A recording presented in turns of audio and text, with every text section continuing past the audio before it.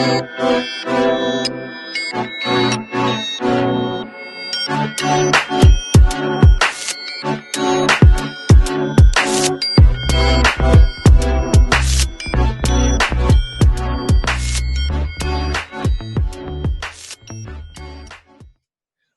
to Resilient Minds 365, where we discuss the resilient stories of entrepreneurs, professionals, and students with mental health challenges to encourage you to strive, thrive, and live in abundance. I'm your host, Cleoni Crawford.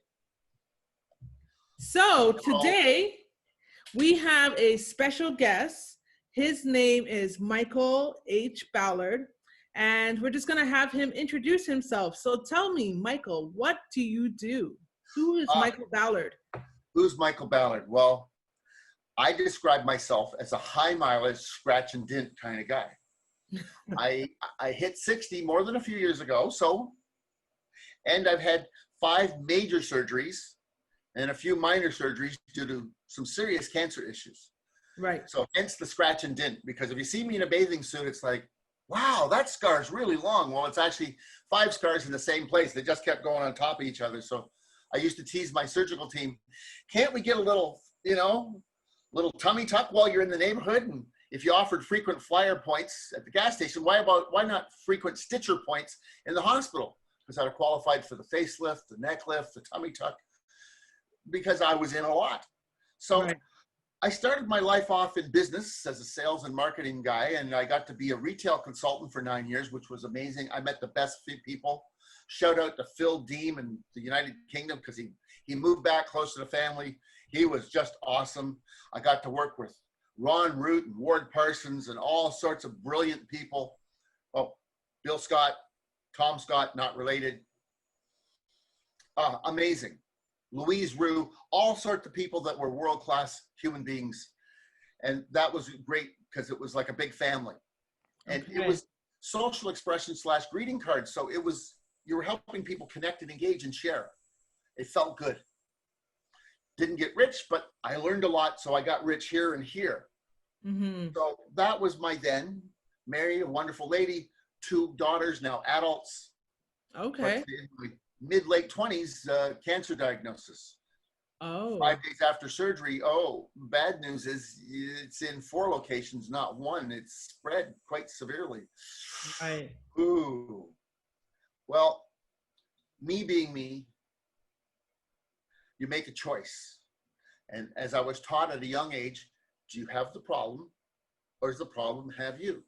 Right. At 3:30 some mornings, the problem owned me. I would wake up literally shaking. The problem owned me 100%. So what's the process? Well, go to the bathroom first and take care of your body. Drink some water. I'm on chemotherapy at the time. Okay, I'm still. I teased it if I could have some high tension wires, I could have lit up a medium-sized city of 50,000 people if anxiety was equal to electricity. So that's what got me started, because I asked my medical team, I asked my mental health team, my social work team, you got any programming? No. Mm-hmm. No. But I could be dead in 6 days, 6 weeks, 6 months, 6 years or more. Okay, so they've got nothing for me. I better do an inventory. Because I'm not going to live like this in my final days. It's right. Okay to be there, but I refuse to stay there. Mm-hmm. So I started doing an inventory. I started after the diagnosis, but after the surgery, you got pain meds, which interrupts your normal course of events. So I did an inventory. What do I got? I was really blessed. 2 loving parents. Wow. That's 1 or 2 more than many of us. A whole host of loving relatives in the extended family. Wow. 2 awesome brothers. Double wow there. If they ever watch this, I have to put in a joke that I'm the oldest, but some of us don't look like we're the oldest. That's my little poke. It's a brother thing, you know. Okay. And so I work at a place where there's lots of people that nurture each other. So I phoned 197 people and said, I'm scared out of my mind. Would you please stay in touch once a day, once a week, once a month, every 3 months? Send me something positive in your life. No sympathy, no empathy to me, please. Mm-hmm. So if you'd have been in my life, I would say, Cleoni, tell me something positive about your child. Cleoni, tell me something positive about your work. Tell me about the weather. Send me a postcard. It was the 80s, so no email. Send me a picture. Mm-hmm. Well, the response was overwhelming. I got like a tsunami of 400 plus notes and cards in the first 3-4 weeks. Wow. So I got somebody from the business side. Michael, we set a productivity record today with perfect safety. We shipped X number of units, most volume ever for this day, this week, this month, or this year ever since 76 years. It's remarkable. Thought you'd want to know, buddy.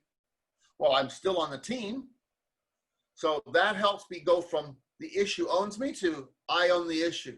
It's a piece of my life. It's a big piece. It's a scary piece, but it's not all my life. So if cancer was this, it'd be like, hey, go away for the moment at the very least. Mm-hmm. So I was trying to frame/reframe. Yes, cancer's scary and it owns me. For now, 23 hours and a half a day, I give myself a half an hour a day to have permission to be scared out of my mind, shake like a leaf. But these notes of inspiration and framing life, that life is still going on, mm-hmm. It was gratitude. My mother's friend, Betty, I got to meet her. I was the first one in the community to greet her. I was out at 17 on my bike, getting my exercise, because you got to keep in tone, you know. My body's a temple, even if it is scratch and dent. And there she was sitting on her front porch. The moving truck was just driving away. So I stopped, waved. I said, you're moving in? Yes. I said, welcome to King City. I'm Michael. Oh, well, young man, my name is Betty. And she went on, and my husband is, and my daughter, and my son, and my other daughter. Oh, cool. Okay. Well, we'll see you around. And we might just see you. And I named the local variety store, and I named my church. We'll be going to that church. I said, well, we'll see you in church in the next few Sundays. Do you think you'll come before you're unpacked finishing? Or we hit it off. She's honorary big sister, auntie of mine. And so up until she got deaf, I teased her. And she worked for a legal office. Best legal assistant I ever dealt with. Before we had paralegals, we had legal assistants. She was remarkable. Right. That's another story, another time. And so she sent me a purple grape hyacinth, quite tall, in full bloom, great big green leaves. She put it in a gardening hat. Now, she didn't do it, the local florist shop. I don't know what she paid, but it was serious money. It was in a gardening hat with a pair of gardening gloves. So the logical part of me was those gloves are too small. The logical part of me, I got a big hat. That hat's too small. But the symbolism, the note, Michael, we're thinking of you, sending prayers, much love, Betty, Bob, and she mentions the kids, now adults. Well, purple for your spirit, green for your growth. Mm-hmm. Gardening hat, because you're going to be out in your garden in a few months, and the gloves, you're going to need them. I can't talk about this to this day without going, oh my Lord. That was so symbolic and so powerful. So cancer didn't know me for that time. Go away. So that was some of me in the beginning. That's some of you in the beginning. So what is your title? What is exactly do you do? I know that I saw in your bio that you are a keynote speaker. What are some of the things that you talk about? Well, I talk about resiliency. I wanted resiliency talked about in a way that lay people could do it. Because when I first started looking into the research in the late 80s, they still didn't call it resiliency. They called it anti-stress, de-stressing, de-anxietying, all sorts of. And I went, I want to talk about it so that a child in grade 3, grade 6, kindergarten can get the basics. Right. Because, we underestimate kids a lot. And so that got the attention of a grandparents group who parent their grandkids because mom and dad are no longer accessible. Prison, hospital, serious chronic acute illness, addiction, they live it on the street, they can't parent their kids. And so when you have an 83-year-old grandmother who comes up to you after you've done a presentation on basic life skills, mm-hmm. and she does this gently in your shoulder. Young man, that 2-year-old is my great-granddaughter. That 12-year-old is my daughter, my granddaughter. I need some skills to help them last them for a lifetime. I'm 84. I won't see the 12-year-old make it to 25 and maybe meet a nice person and get married. I won't see the 2-year-old get to 15. She's going to need some basic skills. You're going to give me a program to help. And that was the beginning of me calling it situational mental health. Yes, tell me a little bit more about that, situational mental health. So as a teenager, I took Shaolin Kung Fu. So they had me practice certain things repeatedly. And that's, depending on who you talk to, a minimum of a 2,000-year-old art, closer to 5,000 years old. Mm-hmm. My martial artist master, my sensei, who taught us in the practice area called the dojo, he would get us to do things repeatedly, which taught me some skills. But he didn't have names for the skills. Just do this to lower your heart rate. Just do this type of breathing to get calmer. Just do this to get your body, when you feel anxious, to be awesome. But in psychology terms, they would say I was unconsciously competent. I didn't know I knew. I just knew that if I did these things, well, I can't sit on the city bus if I'm feeling anxious and practice the breathing skills. The lady or man across from me is going to wonder if I'm having an episode or have I taken something non-prescription. Mm-hmm. So I decided that I needed to be, if I really wanted to do this, I had to be a bridge. I had to have labels, process, structure, and it had to be playful and age appropriate. Right. So that's where I came up with the Imagine Yourself program, because at the same time, and she's good now, I can't stress that enough, she's good now, she's in her 30s, my daughter had a brain tumor. Oh, wow. So it's one thing for me as the parent to have these 5 life and death situations, or 3 life, death, and 5 major surgeries, let me be correct. Mm-hmm. But it's another when your little girl of 7 has a brain tumor that's bigger than this, and it's right beside the reading center, and it could mean she can't read for the rest of her life. Wow. And it's like, I would rather go back in and fight for my life and live or die instead of her having even 1 hour of this. Yes. Yeah. That's when I knew I had to make this a thing, because kids go through car accidents where they see or experience, or both, loss, death, dismemberment. Kids go through divorces. We go through divorces. We go through our mental and physical health, acute and chronic illness issues, etc. Mm-hmm. It's not fun to fail 2 years of school in the 70s because you're not smart enough to spell. We now know that I am differently smart. Okay. So I'm not stupid. I'm just not smart for school smart. But we now know there's 10 types of smart, and school focuses on 2 to 4, depending on the type of class. Right. So my daughter, I started this Imagine Yourself program. Didn't know what to call it at the time, but so we have some audios to help her become unconsciously competent so that at bedtime she can learn calming skills, which help for falling asleep or napping.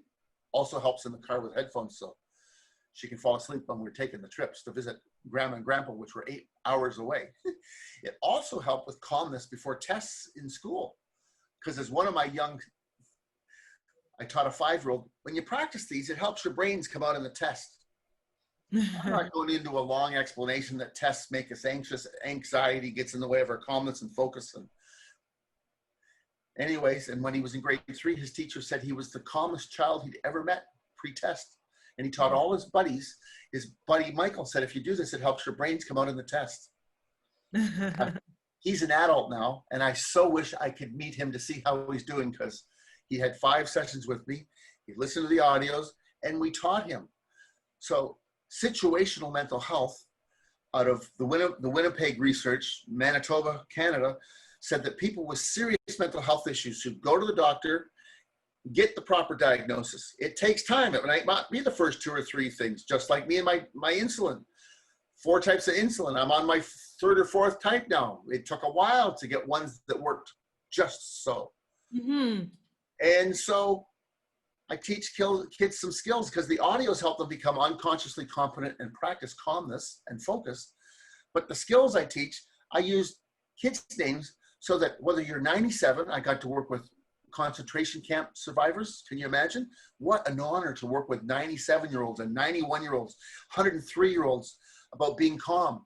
Because as their VP of education and the VP of nursing said, as their body fails, given the severity of what they went through, they're getting angry and frustrated. Yeah. Would you remind them? Because she said, Michael, when you made us laugh about aging, you told us that your first surgery at 27 was like a test run of being 91. Things dripped. And after the third surgery, it was like a test run to being 97. Things dripped and leaked. If you could make a nurse of 57 who's heard it all, change more adult diapers than most people would in 10 lifetimes, laugh about aging, you'll make them laugh. And I was blessed I did. So situational mental health, skills for calming, the research, it goes along with what from Winnipeg, Manitoba said. It helps people with regular mental health, whatever that is. I don't think anybody's regular. And people with special issues. It doesn't replace seeing licensed, registered practitioners, but it supplements. So I've helped people practice calming skills because having had what I call situational anxiety from being told I might die, woo, I had to find calmness. Yeah, definitely. So I have meditative walking, but I don't call it that. We practice slow walking or turtle walking. I have another version, tortoise walking, because then you can imagine a turtle, tiny steps, going slow. I also, for those of us who have rambunctiousness in their DNA, I also, because I'm very competitive, I like to appeal to low competitive and high competitive people. If we're in the grocery store, if I know you, I would love to pretend to be competitive to beat you in the lineup. And if I'm winning when I get close and then I defer to you, you go. I just had to beat you. Right. It's a nonsense game, but because if I can make you laugh, that's my competitiveness. How many ways can I make you laugh by playing the fool and being silly? As long as we stay safe. Okay. So, belly breathing, tortoise walking, turtle walking, also with little boys especially, sometimes with little girls, we do slow races. Pick 10 meters or 10 yards. We're side by side. The last one there is the winner. The last one there. It's a slow race. Slow race. And in a slow race, it's the last one there. So we're going to take our time. And so that helps practice concentration.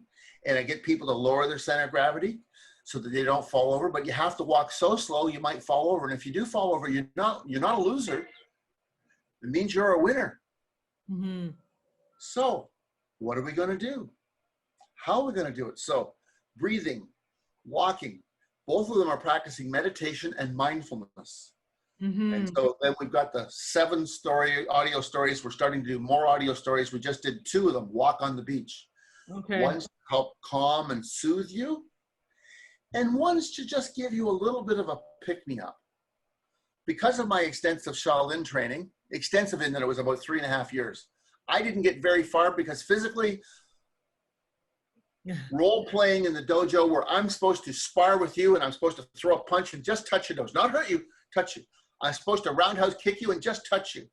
Right. I was a 9 out of 10 for best efforts, and I was a solid 4 or 5 out of 10 for skill. But rationally and emotionally, to practice fighting, sparring with you, I was raised, you don't ever fight a lady unless it's life and death and they have a weapon. To spar, fight a police officer who was there in his off time because he wanted to learn how to be safer. He said, it's far better when somebody tries to punch me that I throw a block than to punch them back. Right. I'm a Golden Glove boxing champion, 2 weight levels, 2 age groups. I'd be in big trouble even if they were trying to kill me or another person in the room. Mm-hmm. I want to keep people safe. That's my mandate. It was interesting insight to meet these, for the 1970s, very progressive officers, because they had batons and guns back then. And the 7 that I got to know, 4 of them I got to know a lot because they did it when they could because they had rotating shifts. They were all young. It was interesting. Nobody middle age over 40 showed up at this group, but all these just officers up to 32, 34 showed up. So to be in this and practice fighting with women and men and kids younger than me, I was 14, 15, up to 17. You want me to spar, play fight with a 12-year-old? It went against all my belief systems. Yeah. I learned that I could be calm and civil, and I learned that my words could help me sparring, play fighting, just as much as my... So we're there. Cleoni, why'd you wear your grandmother's socks to the ring tonight? Of course, we're all barefooted. But that would just take you off kilter for a nanosecond while he threw a block. and you didn't get your punch through. So I have another question. So Sure. I think you were talking about your story, your challenge that you had with the, I believe it was cancer in 4 spots. Yeah, it's spread to 4 locations. Yes. So when did that happen? How old were you again? I was 26 at the diagnosis, and by the time I had and got the surgeries, most of that happened within a couple of weeks after, which by then I was turning 27. Wow. So then I went down from 169 pounds roughly to 137 pounds, because between the surgery and it was digestive tract surgery, so that you don't eat. That's right. Mm-hmm. And you have a tube that takes away most of your digestive fluids. So boy, you're on an IV to feed you. I had 10 days of chemo. Woo! So it was time to be serious. So to go back I took inventory. Parents, siblings, relatives, co-workers, long-term friends. I asked for help. Yes. I don't need money. I'm blessed that my job's going to take care of that for at least the first 190 days to 120 days. They decided to keep me on full pay, not disability. Oh, okay. I had done my hours. I really worked hard. Not necessarily the smartest person in the business, but I put in the hours for them every time. Right. So that took care of emotional, social support, which was huge. My surgeon had the courage. Can you imagine you're graduating and you find out in another continent over there, they're doing things that are 30 years more advanced. Mm-hmm. So this was the early 80s or the late 70s when he did this. We're still doing 1950s protocols, which we learned to do after the Korean War. And that was a huge advancement. People lived and went on to live in their 80s with that. But these people in Scandinavia countries, wow, they've really kicked it way up. Right. People that have this type of surgery, if they qualify, can almost be normal, except for the size of the scar. But my days as a bathing suit model never happened, so that's okay. That's all right. It's all right. I could be the before poster for the bathing suit model. And so I had a surgeon who was the only person in the maritime provinces. They said there was only one in Boston and one in all of the province or state of Quebec. Mm-hmm. This guy was in rarefied air. University professor, teaching hospital. And so I felt really good that my family doctor had helped me shop for a world-class physician. Because there was only, I think at the time, 2 people in the state or province of Ontario, which was my home province. So I was very fortunate to be in a smaller area that had world-class in less than an hour from my house. The local hospital, 20 minutes away, great people, smart people. Doctor was even younger than my surgeon who eventually had me, but he was still doing the 1950s technique. Oh, So wow. it was really a blessing to have a family GP who said, you're going there. If you were 97, Michael, I'd send you down the road. Because let's be blunt, at 97, you might have 6 good years left. Right. That surgery is a bit of an inconvenience. But at that age, you're not horseback riding probably, and you're not scuba diving. And so one of the things I learned for situational mental health is who's on your side, who's on your team. So I gotta say that I wish I'd have had the wherewithal to realize that it would be really nice to go to therapy and have somebody to talk to. Okay. So that you don't burden your family with all your worries and cares. That's so true. It's good to share some things with them because they need to know. But one of the things that Terry Fox said, the famous Canadian cancer patient and advocate for research for cancer, said was, on my worst days, I know how I'm doing. Yeah. But what I realize is that my parents, my siblings, my friends, my loved ones, they don't know. It makes them feel helpless on my bad days. Yes, yes. So that made me realize that don't keep secrets. Don't share the whole book. Give them the index. Yeah. These things are, but don't sweat it. I remember one of my cousins saying, how are you doing? I said, I'm a solid 3 out of 10 on managing my anxiety. I'm not trembling, at least through breathing and meditative walking, but I'm not. He was and is an amazing guitar player. Paul showed up and for 3 hours, with my roommate's permission, played soothing songs. 3 hours. He stopped because his fingers were sore. I slept for 2.5 hours. I went to sleep after 20 minutes. I was in the presence of love and calm. Paul's got a large spirit, a very powerful spirit that's very low key. Yes. But it was like I was lifted up and embraced by his spirit. That's amazing. Wow. And then I woke up feeling refreshed. He was still playing. Oh, Michael, you're awake. It's been like 2 hours and 55 minutes. I'll play for a little longer, but my hands are getting really tired. Wow. Wow. It sounds to me like you had a really good, strong support system. Yes, but that's in part because I asked, because I've learned that people don't know what to do. Yes. Sometimes, this was the 80s, people were still scared of cancer. I said, hey, I'm doing my best. I got a medical team that's doing their best. By then I was in Toronto. My surgeon, Dr. Cohen, was just like Dr. Connick, had gone over at the same time. So that's why I got a great referral. And I asked, and by asking, I told the 197 people I called, don't want sympathy or empathy, don't send money, unless you got to spare $1 million, but don't. What I need is, I was framing it, I need you to tell something positive in your life. So to be respectful and silly and serious, maybe it's, Michael, I got a new do. And be like, ooh, looking awesome. So that was giving me something outside of my illness. So instead of cancer owning me, I'm in control. Cancer's a piece of my life. It's not all of my life.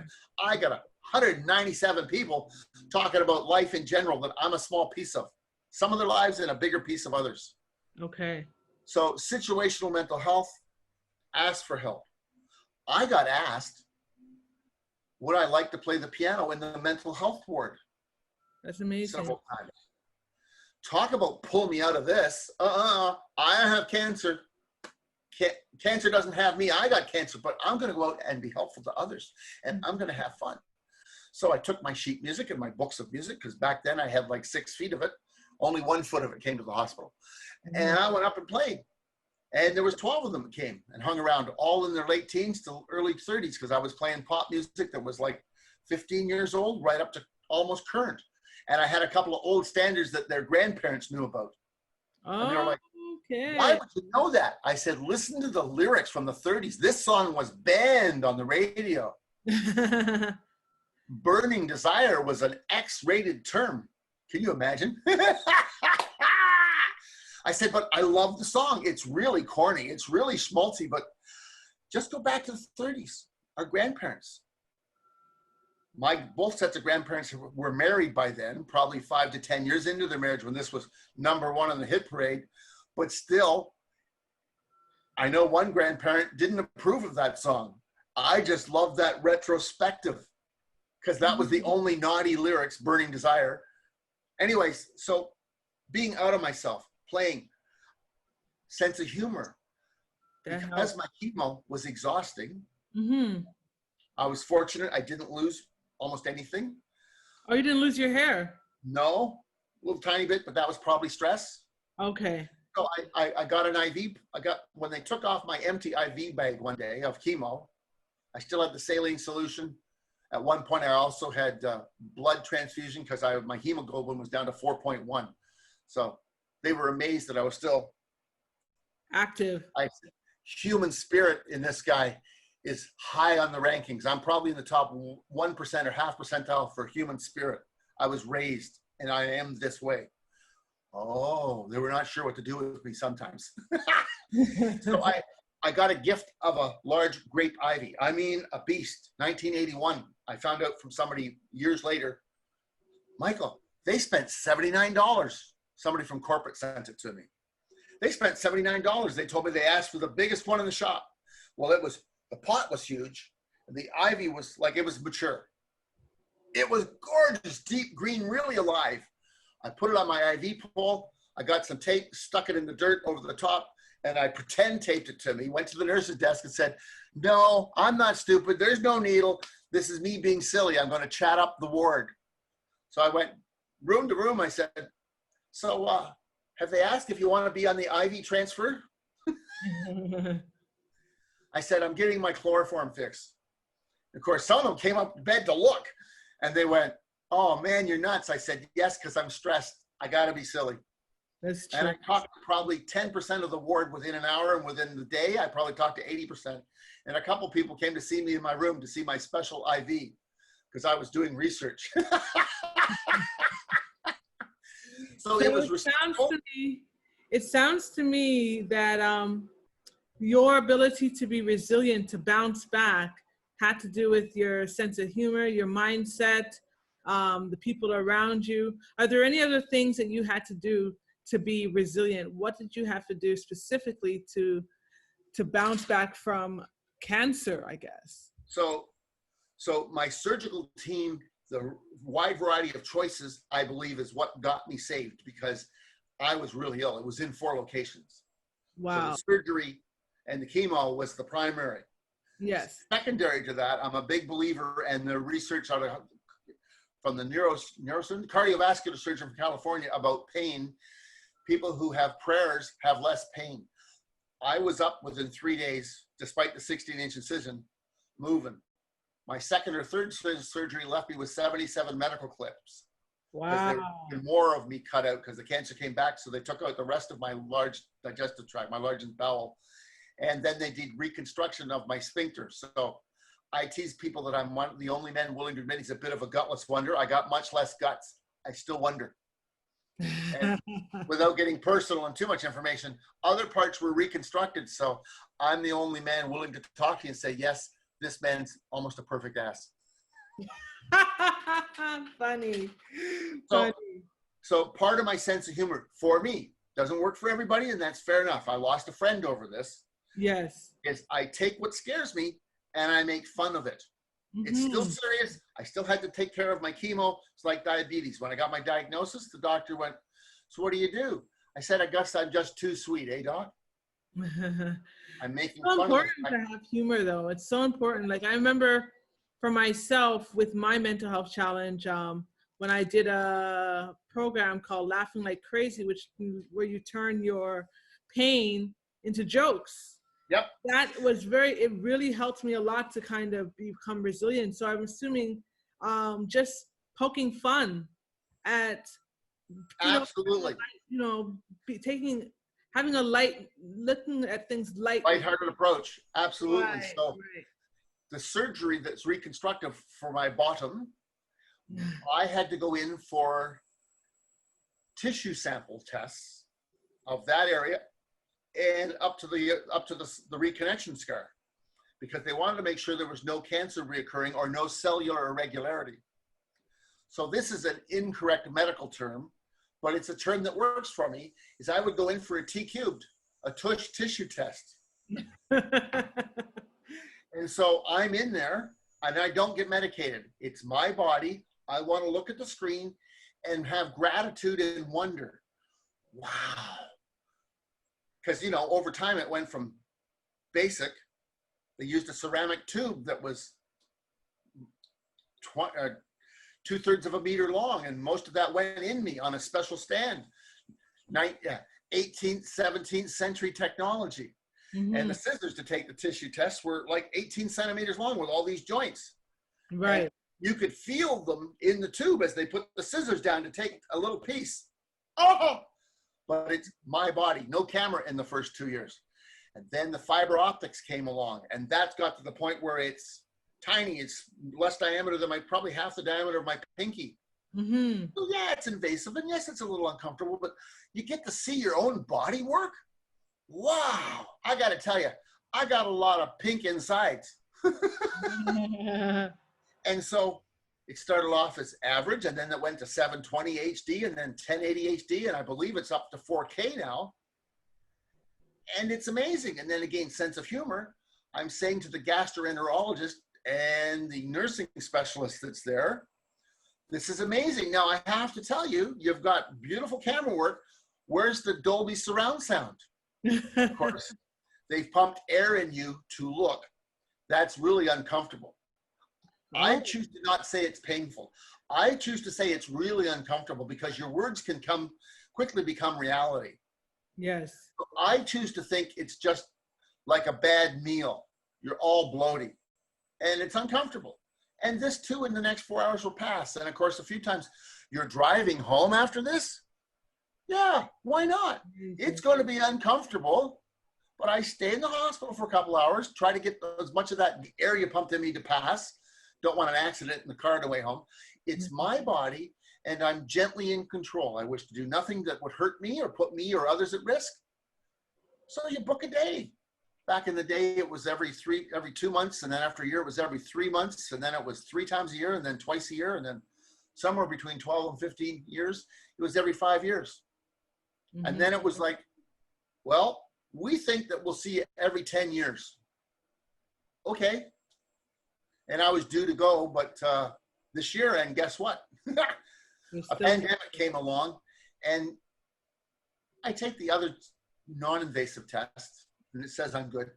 So the hospital's resources are very vital living in Ontario, and I don't wish to take more than I need. So I'll go next year. Okay. So how long have you been, I guess, cancer-free? I'm 66, so 33 years old. So 33 years. You've been cancer-free for 33 years. And every year's a blessing. Every day's a blessing. I was at my local grocery store, and the store manager tells me I have a reputation for friendliness. And so I said, well, yes, because retail is a chance to get out and see people. And during a pandemic, to see people, I don't buy at the dessert section very often because I don't need the calories. Do I want the calories? No. No, I want the taste. Oh, we want the calories. I don't want the calories. We don't need the fat. I don't need the sugar. So Right. they have 9 types of butter tarts at this store. I've had 3 types in the 14 years they've been there. And I've only had 6 in 13, 14 years. So I'm doing pretty good on the restraint. Right. There's a butter tart in my future between now and Christmas because I have a project coming up. And the lady that I want you to meet one of these days, Alexis, she turns out has a butter tart weakness. So I told her, I haven't had any for a few years. So maybe if we bought 3 and we'd had a half each, and I would come very well managed for sugar, that's going to put me woo, and I will just have to get my needle out and then be very careful for 2 days. But life is also about living. Yes. I had a relative who passed. They made it to 89. But when it came to food, it turned into fuel. For the 40 years they had diabetes, they brought measuring cups and teaspoons and tablespoons to the table. And they ate just enough to get by. Another relative emulated them, and their doctor kept saying, you're too skinny. You should weigh 10 to 12 pounds more. It's dangerous to your health. Okay. And both of them got sick and died suddenly, whether that had anything to do with their weight or not. So I enjoy my food still. I attempt to eat, if we should all eat 21 meals a week because of my digestive tract issue, I eat 21 regular meals, and then I have a couple of small to large snacks, many, but not all days. Right. Well, I have some, don't tell my doctor, I have some gourmet cheese in the fridge. I'm going to have grated cheddar, old age cheddar cheese on some Neil Brothers blue tacos, because Neil Brothers cheddar, their Neil Brothers snack tacos have all sorts of goodness, and they use the healthy stuff to cook them in. So with some 12-year-old cheddar, it's going to be a very expensive snack, but it's going to be gourmet. I don't normally buy 12-year-old cheddar. That's really expensive. I can buy 4 times more medium cheddar, but old age has less or no lactose. Old cheddar has really a good bite. So I'm going to have a party on my tongue this weekend. All right. Moderation. So I have another question for you. Yes. So what are 3 things that you wish you had available when you were at your lowest point? 3. One thing I was not aware of, and I wish I'd have had, and I wish I'd have asked, was I wish I'd have had a therapist I could talk to that was non-judgmental and was not in burnout. Yes, I understand. I had a couple of therapists that were well-intentioned, but I found out later with some inquiry they were burnt out. So in both cases, I had to politely leave them to find somebody else. Right. So it doesn't make them unprofessional, because I don't think they even knew they were burnt out until I was polite and said, well, you shouldn't be. One was wearing inappropriate clothing to events, to our therapy sessions. So that's a sign of burnout, because you're looking for attention. Right. Oh, wow. That's how I see it anyways. So you ladies are all glamorous and glorious of all ages. Somewhere after 25, you become even more interesting from a distance with respect. But anyways, so a therapist with not in burnout, with respectful behavior. So that's one. Two, the first go around, I lived out of country, out of province, out of state. So I had my spouse and a couple of neighbors. But oh, how I wish I had a long-term friend who could have come visit once a week for 20 minutes, 3 hours, Yes. chat about everything but my illness. Yes, definitely. So by the second time I'd been moved back to Toronto. And so then it was easier. Coworkers just were working 6 blocks away. They walked over for lunch, brought their bag. Depending on where in the surgical recovery I was, I didn't eat it all. I drank my juice only, or I had Jello, or I was eating meals. So that was awesome to have coworkers that I loved. I used to tell my spouse, don't you dare come here more than 4 days a week. We have 2 little kids after the third surgery. Take care of you. I'd love to see you 2 or 3 nights a week or in the day, whatever works for you, but don't burn yourself out. Yeah. I think you stayed home and had a bubble bath. Mm-hmm. Take care of you, because our kids need one of us ready to go. But Yeah. do 20 minutes of something for you. Get a sitter for an hour and go out and exercise for 20 minutes. Right. Anyways, so I wish, therapist, I wish I had a friend there, but I was new. And the 80s, for those that don't remember, these didn't exist.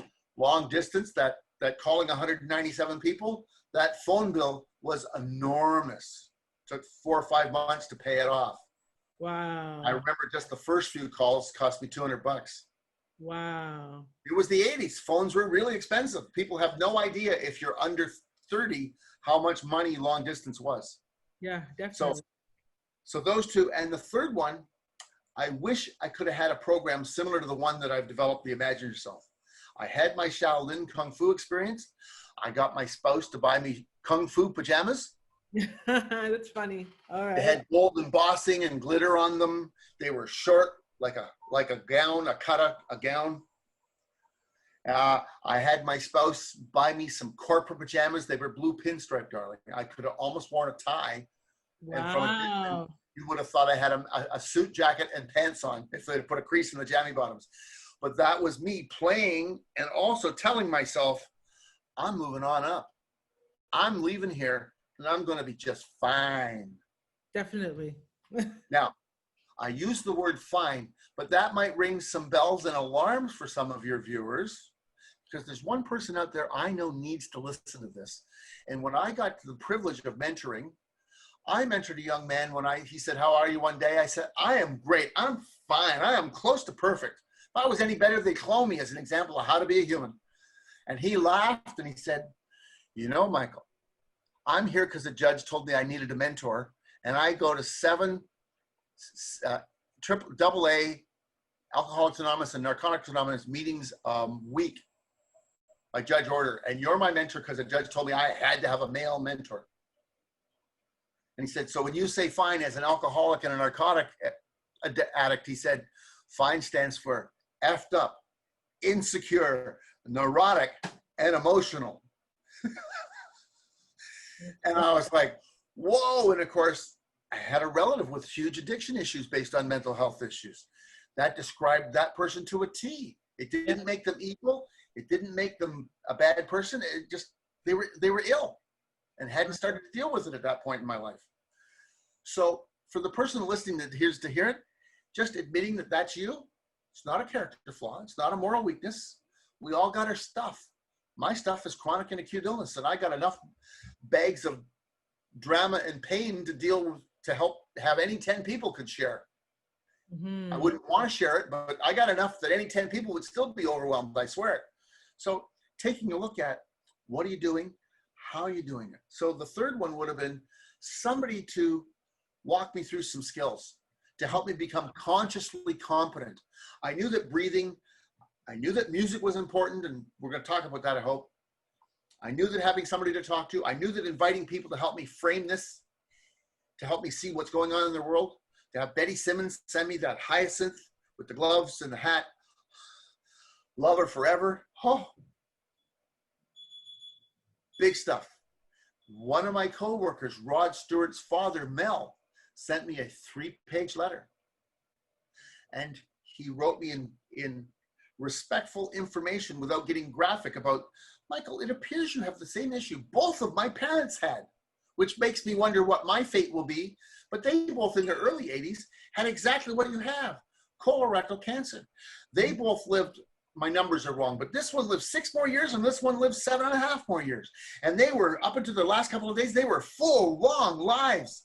So according to my son, who knows you much better than I, because I've only heard about you through your reputation. He worked for the same company. Okay.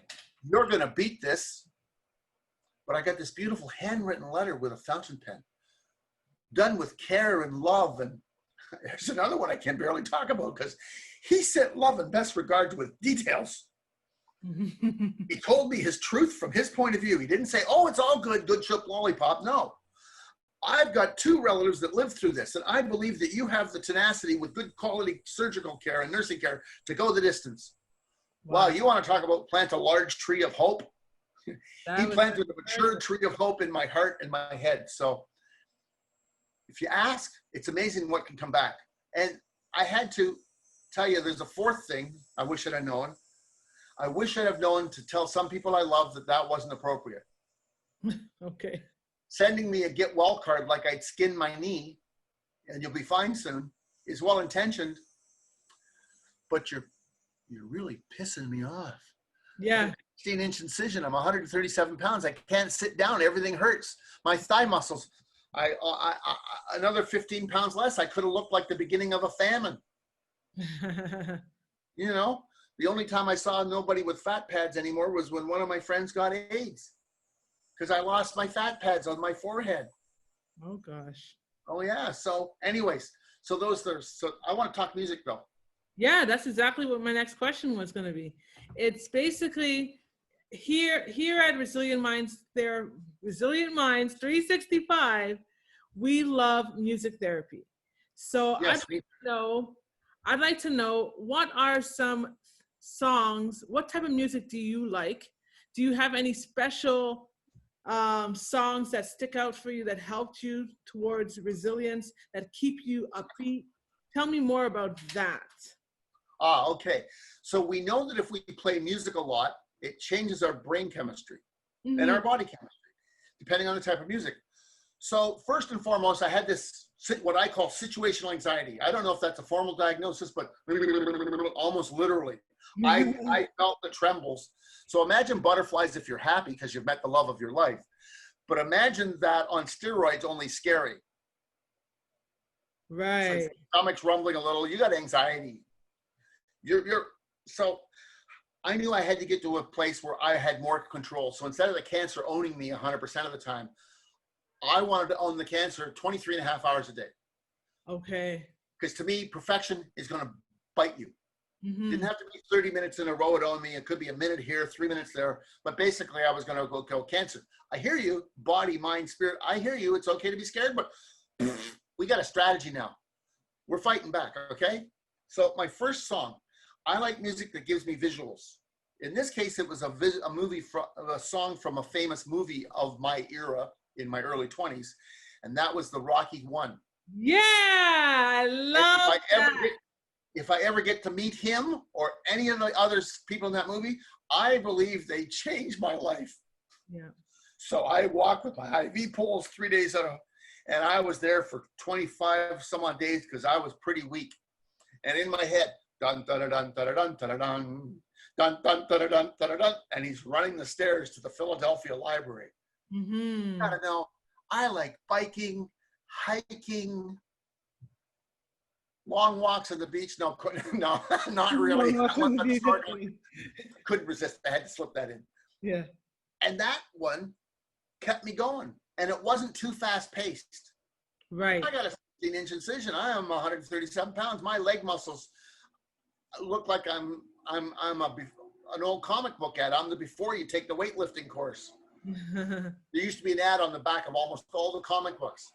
Back when I was a 97-pound weakling, and it showed this guy that was so skinny, it looked like if you went, he fell over. Right. I looked like that because I was down from 169 to 137. Mm-hmm. Oh, that song, those lyrics, I was walking those stairs. I wasn't running them. He was running them. I was walking them, but I was making a comeback. That's right. And so in the movie, I hate sit-ups. In the movie, his trainer's got him in the ring. He's leaning over the edge. He's doing extended sit-ups. I don't dislike sit-ups. I really don't like sit-ups. I despise sit-ups. Okay. I can run stairs. I like running stairs, three flights at a time. Walk 3 flights, walk down 3 flights, run 3 flights down, walk 3 flights up, run 3 flights. At one point, I was doing 36 to 39 flights a day that way for several years. So him doing the sit-ups in my mind, dun, da, da, dun, da, da, dun, da, da, dun. When I get home, I'm going to go into training and I'm going to do this. So that song, it got me in a low key but powerful way jazzed. I got a bed to that song. Oh, wow. I played it repeatedly till I got mobile. Michael, you've been in bed for 9 hours. This was the 80s. My roommate was still allowed to smoke. Mm-hmm. My incentive to get out of bed was go get out of here and go breathe clean air. Yes. I also can tell you to your listeners that he was getting a leg amputated just below the knee because of his bad circulation because he smoked. So it was real incentive to me that I will be 60 plus and I'll be far healthier than him. That's right. Definitely. Not a judgment of him, just I will be responsible for what I do to this body and I will be healthier than him. That's it's a low right. bar, but it's a bar. And I went out, dun, dun, dun, dun, and I practiced the walking. I saw myself doing the stairs. I saw myself doing the sit-ups. And I did it. So that one was about positivity and getting going. Okay. And amazing. acknowledging my sad emotions and my, but this went down and went away because I would do laps past the nursing station. Oh, wow. And the nurses would go, "You okay, Michael?" And some days, "Yeah, I'm safe, but I'm not happy, but that's okay." They go, "Michael, you're doing really, really well." I said, "I think so too. I'm just saying I'm not feeling great." Right. And then, so that was that one. And then that was for the first one and all the other ones. But then by the second or third surgery and major treatment, Billy, oh, I can't think of his last name. The going gets tough, the tough get going. Ooh, ooh, ooh. Well, it's got a great bass beat. Oh my gosh. I use that for my emotional self. Okay. Because I was a little tired. I was back in again. Now I'm a dad with one child the first time, and by the third or fourth time, I'm a dad with 2 kids. My wife and I are both a little toasty, burnt out or more. I want this to acknowledge what I'm going through. Yeah, it owns me, and I own it 23 and a half hours a day. I am safe. I'm becoming more stable mentally, emotionally, and physically, and spiritually with every passing minute because I'm healing, baby. I'm in comeback mode. So self-talk, visual talk. And so Billy's song, when the going gets tough, the tough gets going. Mm-hmm. Ooh, ooh, ooh. I decided that was for my emotional, spiritual self, intellectual self. I don't think I walked to that song very often, but I would sit there, ooh, ooh, ooh, ooh. Corny. Yeah. But it was lift up, point in the direction you wish to go. What are the outcomes you wish to have in the months and the years ahead? Because I always gave myself 3 months to be mobile and with some mobility and some flexibility. It's a big scar. Yeah, wow. And so that was big. So the first one was rational, emotional, physical, spiritual. The next one was emotional, spiritual, intellectual. Physical, I was still using the first one. Plus this one was an extra layer. And then Symphony by Vaughan Williams, it's classical, in Fenn County. And there's several suites to it. I like it because it starts off in a minor chord. It's really sad and sweeping and oh my gosh. And so I played that because often at 5 o'clock, 5:30 in the morning, that was the time when I'd go to the nurse's station and say, "I'm going to the men's shower room." Now the first few times, "You can't have a shower." I'm not going to the shower to have a shower. I'm going for some privacy. Mm-hmm. I'm going to even lock the door. I'm going to have a big cry. And I would get down on my knees and with the little meaty part, because I'm mad. I'm doing my best. I'm trying my hardest to learn all I can. Anything else? Have a good cry. I didn't feel like the victim. I just felt I've had enough. Yes. So admit it. What do I need to learn? I'm going to try to be 100% open, but I'm making a funnel shape, right? Because I want to catch it. I felt if I did this, it could hit and fall off. So funnel shape, pictures, right? And then between 5 minutes and 35 minutes later, come out, washed off the tears, say, I'm done, had a good cry, or no tears today, maybe later. So I want to acknowledge my emotions. And so Symphony Zen Country started off really sad with these big sweeping sounds, and then as you go through it all, it ends on a major chord. It's sort of like knitting. It took me and undid all the knitting, and then through the songs, it knits me back together again. That's how I chose to see it. So what am I feeling today? Am I feeling anger? Am I feeling helplessness, hopelessness? Am I feeling sadness? Am I feeling overwhelmed? Am I feeling detachment? What am I feeling? Give it some labels. Or, no, can't come up with labels. Okay, or, oh shit, it's the whole thing. All of the negatives. Right. So that sounds awesome. So I just want to end off. I noticed behind you in your background, it says that it's a new book. So tell us briefly, what is this book about and when is it coming out? Well, briefly, because briefly and me don't always go together.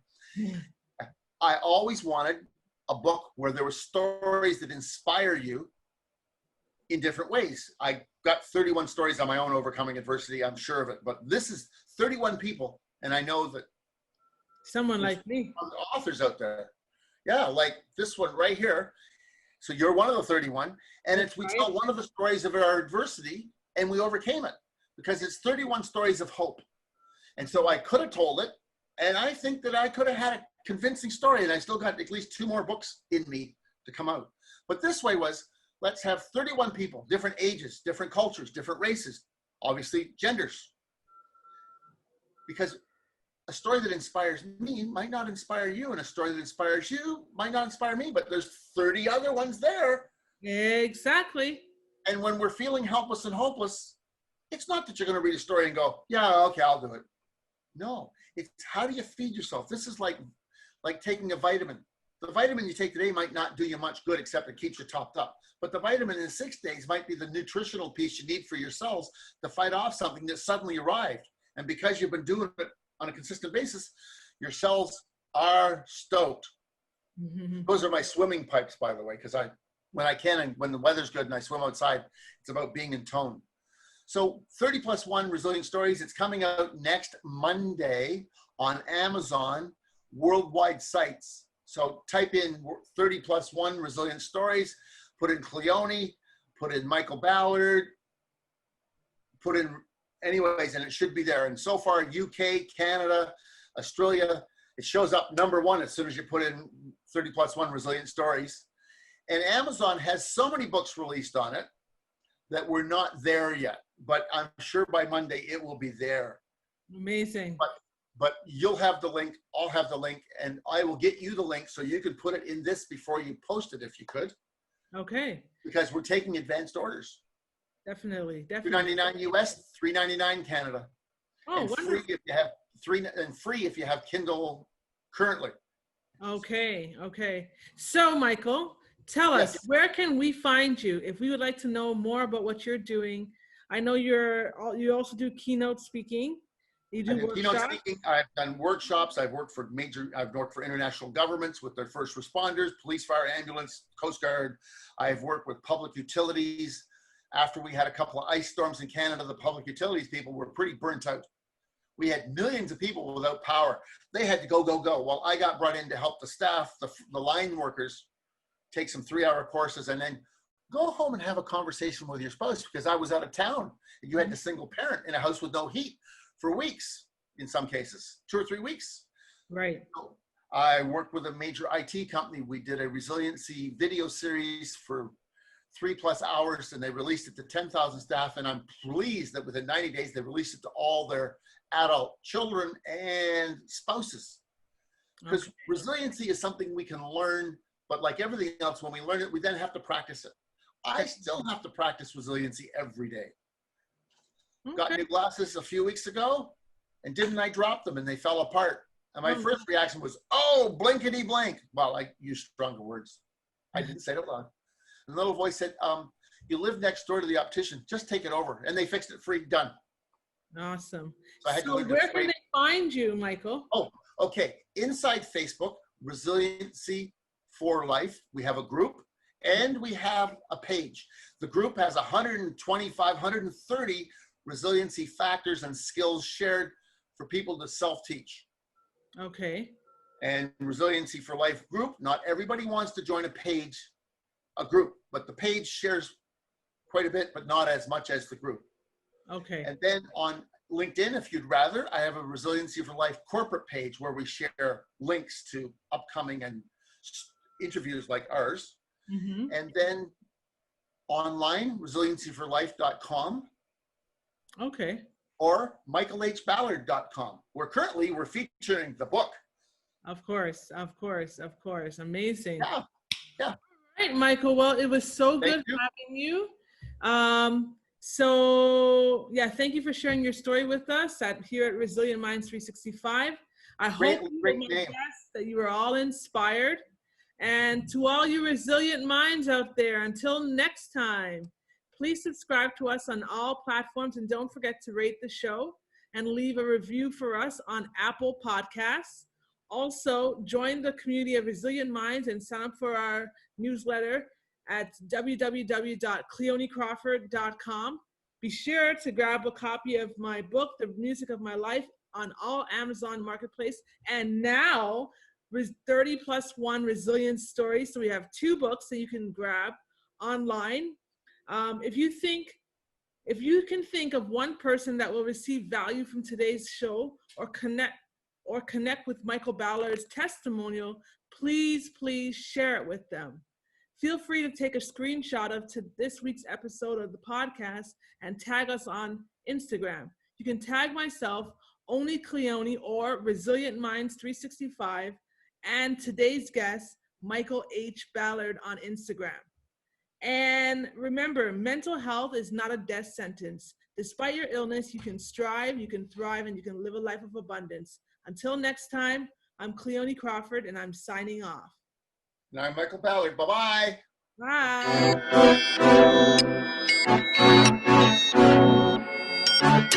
Bye.